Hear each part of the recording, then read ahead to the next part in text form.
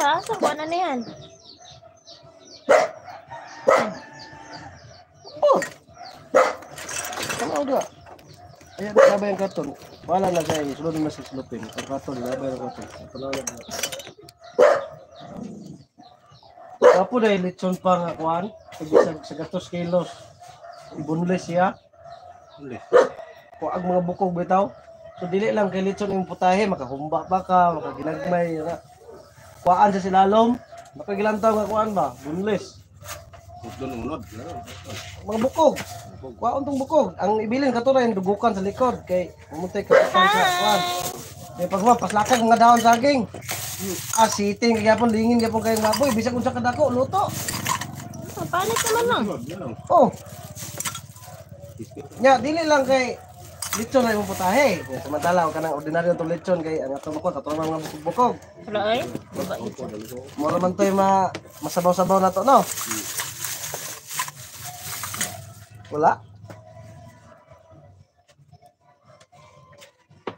Dugong kayo.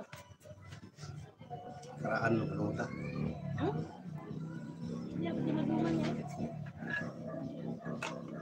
Good evening mga kaletsyo. Dito po isang 110 kilos at isang 98 kilos. So, 110 kilos. Lingin kayo? Malaking baboy na ito para ito Hi! at sa punes po nila ito para mas makatipid na din at saka magamit pa nila yung mga karning makukuha sa Huwag gamit pa mga karne. lahat ng makukuha ng karne Sa 100 kilos ka daw. Makakuha lang karne, 35 kilos. magamit pa sa kanilang ibang mga menu. At saka, ito po kadalasan sa mga ganito kalaki yung mga 50 kilos up lang yung pwedeng mahibunles. After na mahibunles po, nilagyan mo yan natin ng dahon ng saba ng saging. Mahihirapan ka kapag hindi mo yan nilagyan ng dahon. Yung pagpalagay mo Biyos man siya. na mapurma na din natin ng maayos yung mga bunles lechon. Ano po kasi yung grapes sa piling part at saka sa braso ng part. Sa mga gustong manood, may mga tutorial po ako paano kami mag-bunles ng mga malalaking baboy. Good evening mga Sapa na kaletsyo. tama, Ito po Noy. isang 110 kilos at isang 98. Anak mo tayo, pwede eh.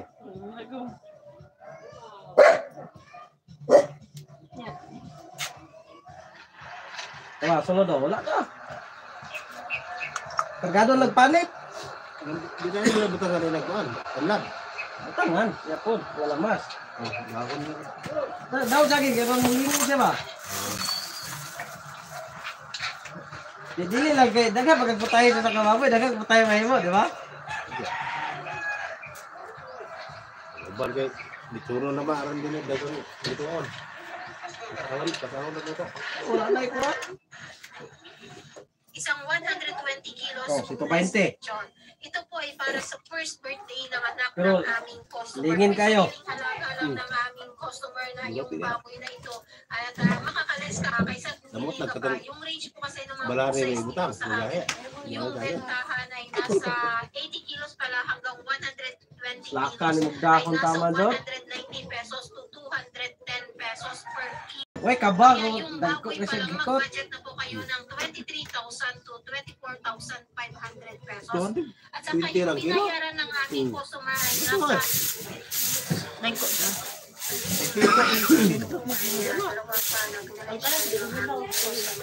apat po ito yung mga Hilaw pala. Oh, luto.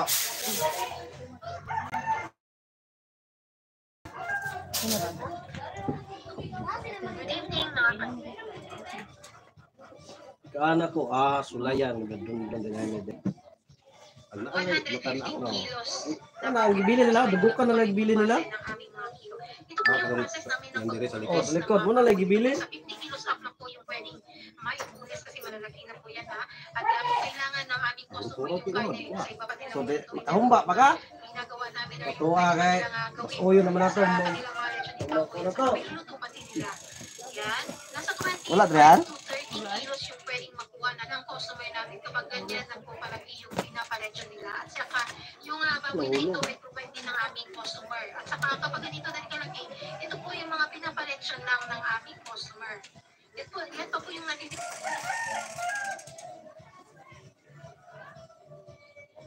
Naigo sa kutsilyo. Paano?